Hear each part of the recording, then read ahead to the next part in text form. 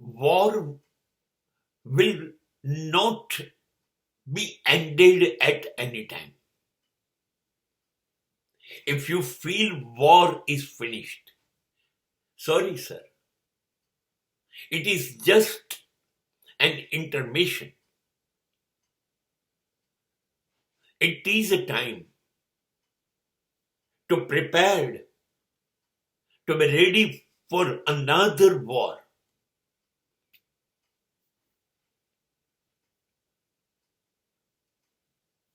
યુદ્ધ જે છે ને એ અટકી શકશે નહીં. હા, થોડોક સમય માટે રોકાઈ જશે, કેમ કે કોઈક હાર્યું છે અને કોઈક જીત્યું છે.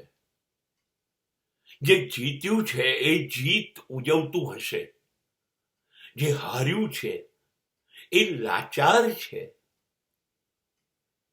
એ નિરાશ છે, એટલે એ શાંત બેસશે.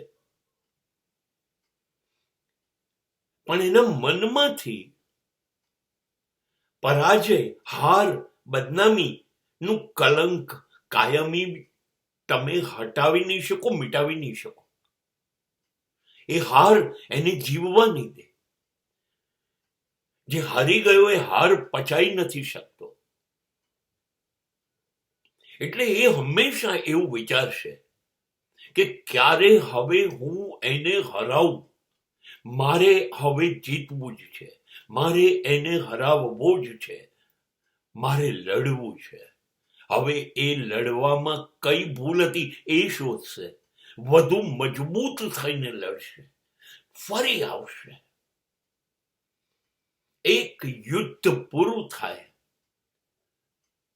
એટલે બીજી બાજુ બીજા યુદ્ધની તૈયારી થાય ને થાય.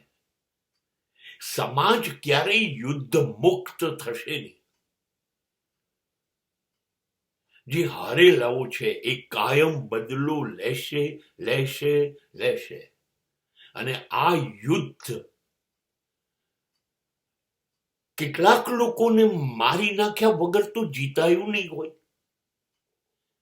તો જે લોકોને મારી નાખ્યા છે એના કુટુંબીઓની અંદર દિલ દિમાગમાં નફરત છે, આગ છે, વેર છે. એ ક્યારેક તલવાર ઉઠાવશે, બંદૂક ઉઠાવશે અને ફરી પાછા જેને અન્યાય કર્યો છે એની સામે લડવા માટે બહાર આવશે. ક્યારેય અંત ન થાય યુદ્ધનો. એક યુદ્ધ પૂરું થયા પછી બીજા યુદ્ધની તૈયારી શરૂ થઈ જાય છે.